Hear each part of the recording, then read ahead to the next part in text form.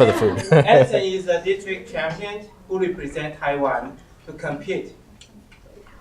I think we can learn, and he also can demonstrate how he can move with the champion positions.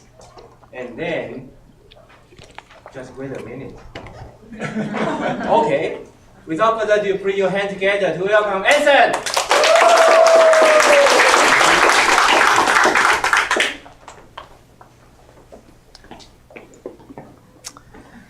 Good evening, fellow Toastmasters. Good evening. It's my first time to KMU. Woo!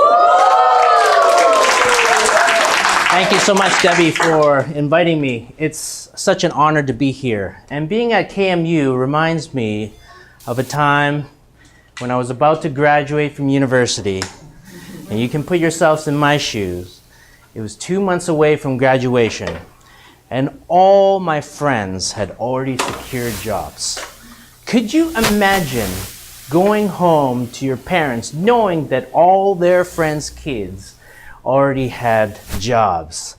Son, how come you don't have job? Every day I work hard.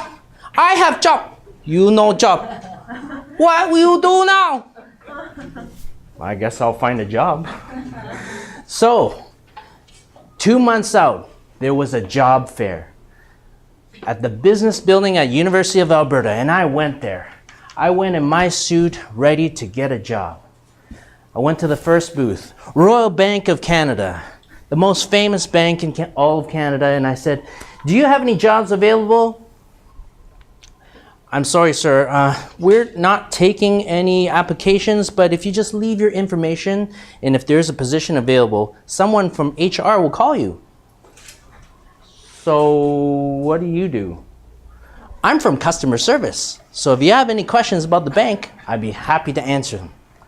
"Okay, well, thanks for nothing. Excuse me, do you have any positions available?" "Well, if you leave your information, someone from HR will call you." Again, all day long. It was like that. And as the day progressed, my spirits also went down. It was 4 o'clock and people were starting to leave the job fair, and I thought, I'm gonna pack it up too. Until I saw in the corner of my eye, the Bank of Nova Scotia, the last booth in the fair that I hadn't talked to. And I saw this older lady working there. And I thought, what the hey?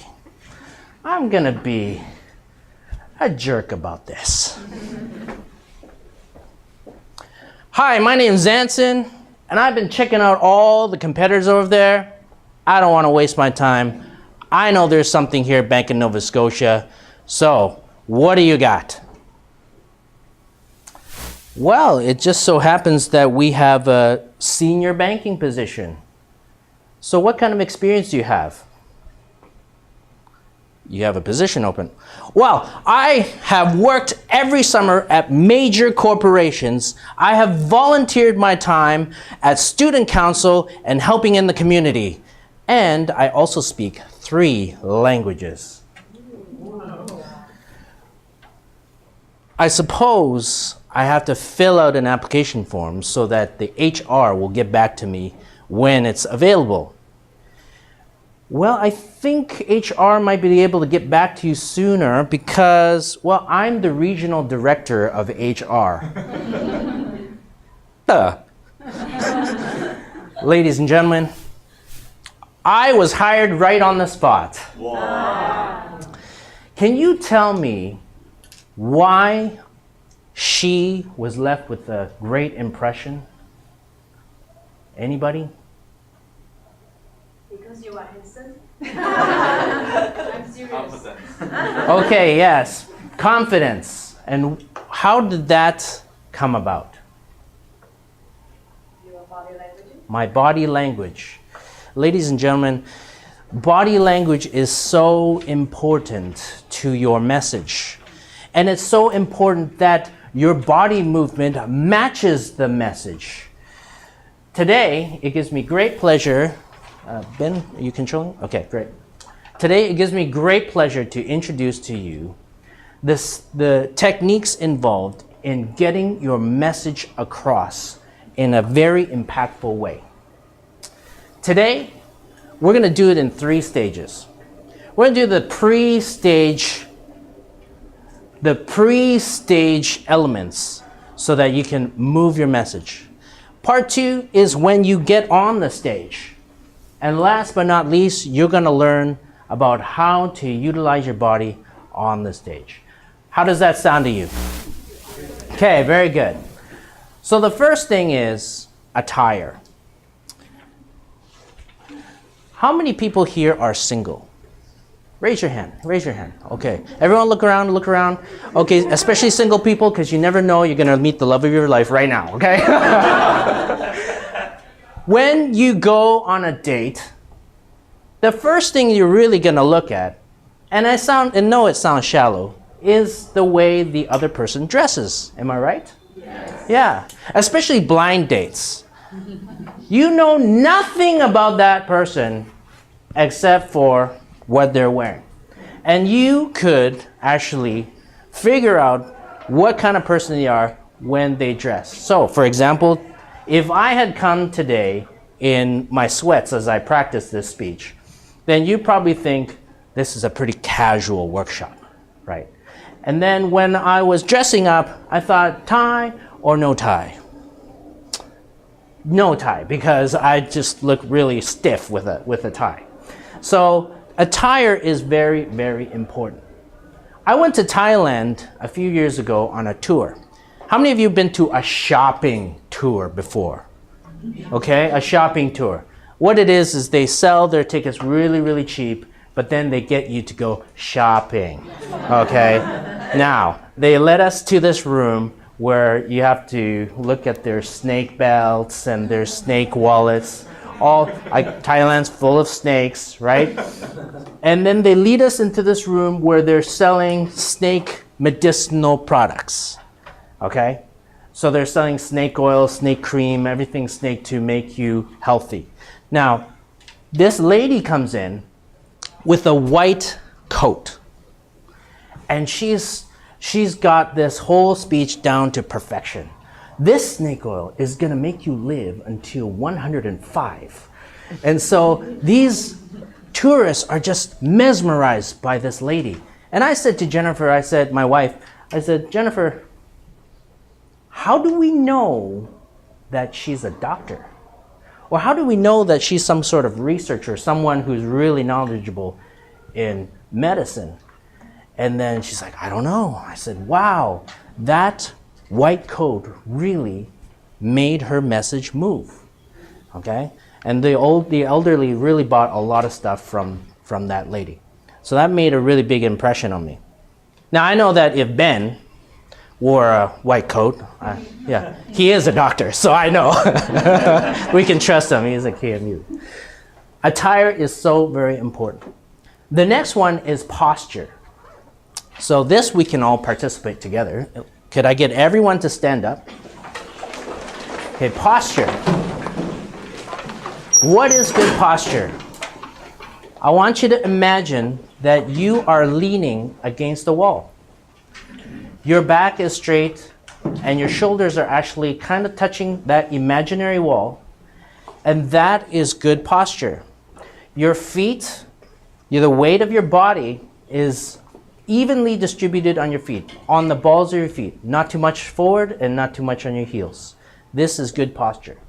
Now, the reason why is because like Tai Chi or yoga, your energy has very little blockage to it. So you feel good when you have good posture. And to prove my point, Amy Cuddy, a New York Times bestseller writer, and she's also from Harvard University, she said that if you put your hands on your hips like this for 2 minutes, it's called the Wonder Woman pose. Okay? So I am Wonder Woman at this point. Okay? If you have this, then in 2 minutes, 20%, your stress level will go down by 20%, and your confidence level will go up as well. So if you have a speech, Do this before your speech for 2 minutes. Okay, thank you. Okay, you may sit down. Okay, so what's the name of that pose? The Wonder Woman pose. Okay, very good. Now the third thing is your pre-speech behavior, your pre-speech conduct. And I noticed this from Ed Tate. Ed Tate. Who went to Ed Tate's workshop? Either in Taipei or in Kaohsiung? Okay. You know he's got this down. Now before his speech, Robert, do you remember what he did? He paused. You mean before he started telling the story? Yeah, before even getting on the stage. Oh, I don't remember. He took registrants' names. Okay, very good, very good. He worked the room. Yeah.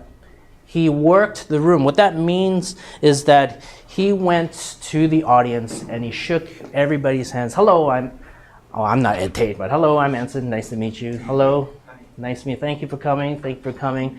Okay, so he worked the room. And what that did, subliminally, he already started to connect with the audience before even getting on the stage.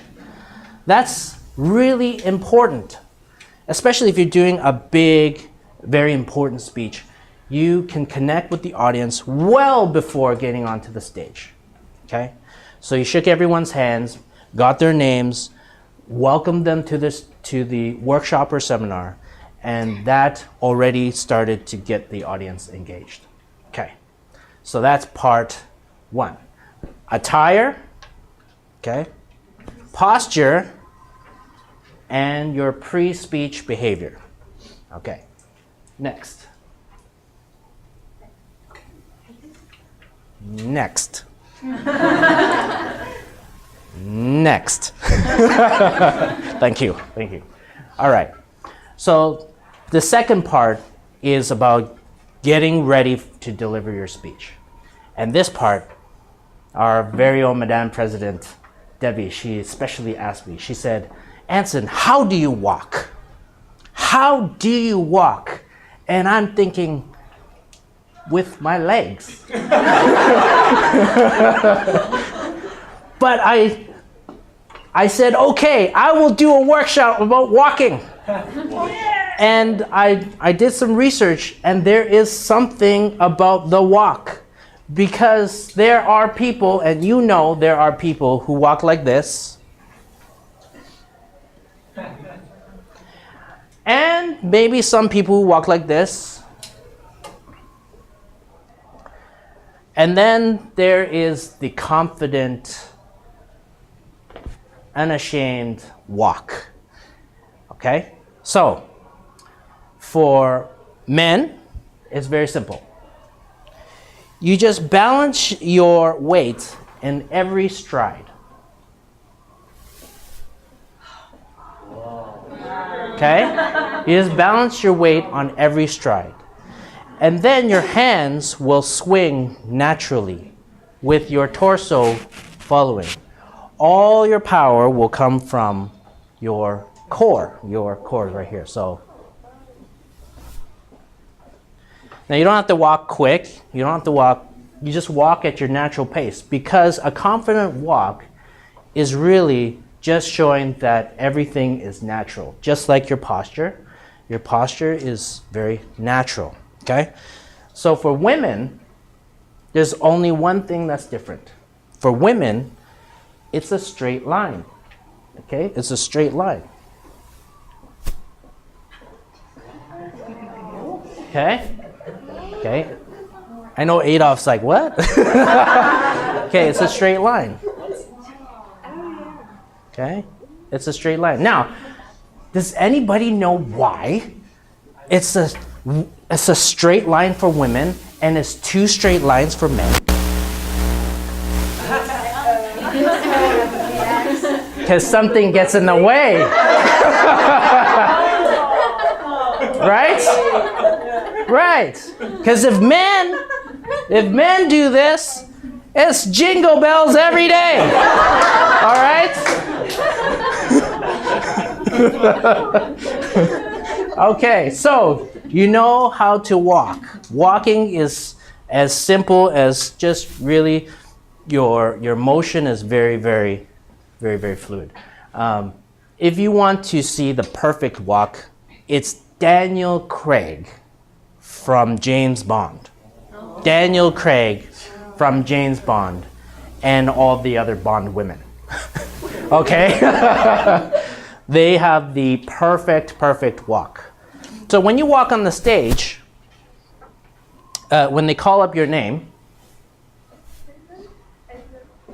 then you've probably already scored some positive points from the judges. Okay? Now, when you get on the stage, the next thing you do is, what do? You shake hands. You shake hands. And when you shake your hand, when you shake the other person's hand, you don't come in like, I'm coming in for a landing. No. you just reach out and shake that other person's hand. Now, Dhananjaya Hidarachi, the 2014 world champion, he likes to add the left hand to shake the forearm. I think that's optional, but definitely a nice firm shake. Not like this and not like this, just a nice shake. So, I would like you to shake your neighbor's hand. Okay, and say, I'm shaking your hand. Okay, very good. Okay, very good. Excellent. So after you've done that, okay, very good. After you've done that, then you will stand in front of your audience with your perfect posture. Okay? Now, when you stand, you have an open stand. Everyone say open like 7-Eleven. Okay. There's a reason for that. Harvard researchers found that if you have an open stance, they are more likely to listen to you than a closed stance. Okay? Closed stance. And what's worse is if you use the finger, then only 21% of people will actually listen to you. 86% if you have an open stance. Okay? So, if you have an open stance, and there is actually a reason why. It's because I'm ready to give you a hug. Right? I can't hug like this. Right? I'm ready to give you a hug. And it's an openness that everyone's familiar with. If you're close enough, like this, the natural thing to do is, right? So this will allow the audience to feel comfortable with you when you have an open stance. Okay. So the first one is walk, and then you shake hands, and then you stand, and then eye contact. Eye contact is very, very important because it's about connection. I told an ALMAX Toastmaster to make eye contact, and last week he did a speech, and when he got on stage, he walked on, he shook hands, and then he took his stance, and then he did this. I'm like, what are you looking at? Okay? You have to look at other people's eyes. Okay? How many of you have ever experienced looking at a stranger and then when they made eye contact with you, you kind of look away? Okay? There is a certain connection that happens when you make eye contact. So make eye contact when you get on the stage. Okay, so that's the end of part 2. When you get ready to speak, you have a stage. This stage is actually quite huge. I could go from here and way down over here, okay? And I've seen Toastmasters use the stage, to get their points, right? But the thing is, the stage is actually used to help the audience remember, things. And I can really appreciate, like Ben, doctors can remember terminology that they learned 20 years ago. I'd be like, what's this part? And they'll be like, and it's just really amazing. They can file away their terminology in their brain, And it's the same thing on the stage. So in my fatherly love speech, the 2013 champion speech, I started off here. And then when I talked about my father, it'd be here. And then when I talk about my grandfather, it'd be here. And then when I finish, it'd be right here. And so when you review some of these world champion speeches, you will know that some of those speeches they'll have certain points in their, certain positions in the stage in order for the audience to remember your speech. Now, so that's left and right. What about the front and the back? I have a secret to tell you, okay? That's what the front is for. Intimate messages, okay? Intimate messages. When I go to the back, I have all these dreams I want to share with you. Wow, okay? So it's like the bigger picture. And sometimes it's also for time travel, okay? When you want to show that time is going backwards. And then there's elevation. Some Toastmasters like to use chairs and stand on them. And then Debbie Zhang's speech at the fall conference, absolutely amazing. She got down on her knee and she said, "Whitey, come here, Whitey, come here." And you could literally see her dog come towards her, okay? So that is the way that you can use the stage to make your message more powerful and to make your message move. So those are the things that you can do to make your message powerful. And I would like to invite a speaker to answer a table topic question. And I would like that person to just be more conscious about getting on the stage, making the eye contact, and deliver about a 1-minute speech. So I would like to, who would like to try? Vincent.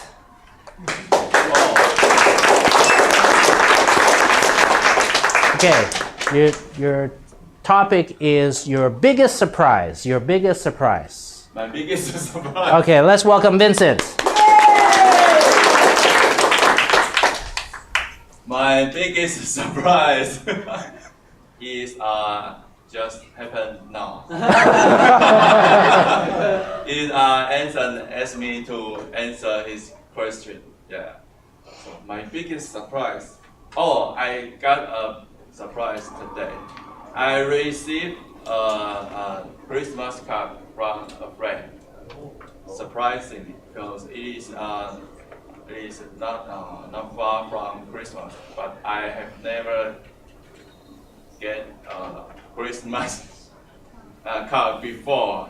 Yes, so I at least afternoon I received a Christmas card and I opened it. Yeah, it really moved me. Yeah, and I took a picture and I put it on my Facebook page. And I tagged her, yeah.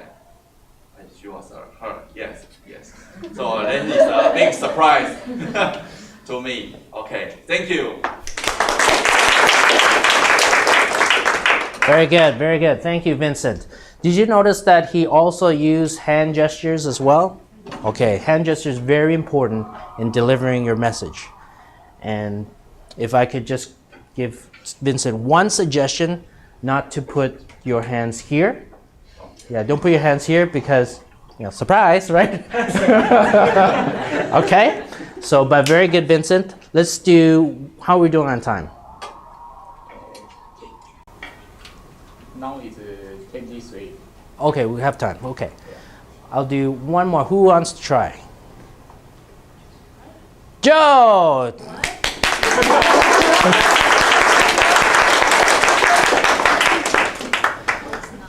Okay, I know. Your question is something from today's workshop that impressed you.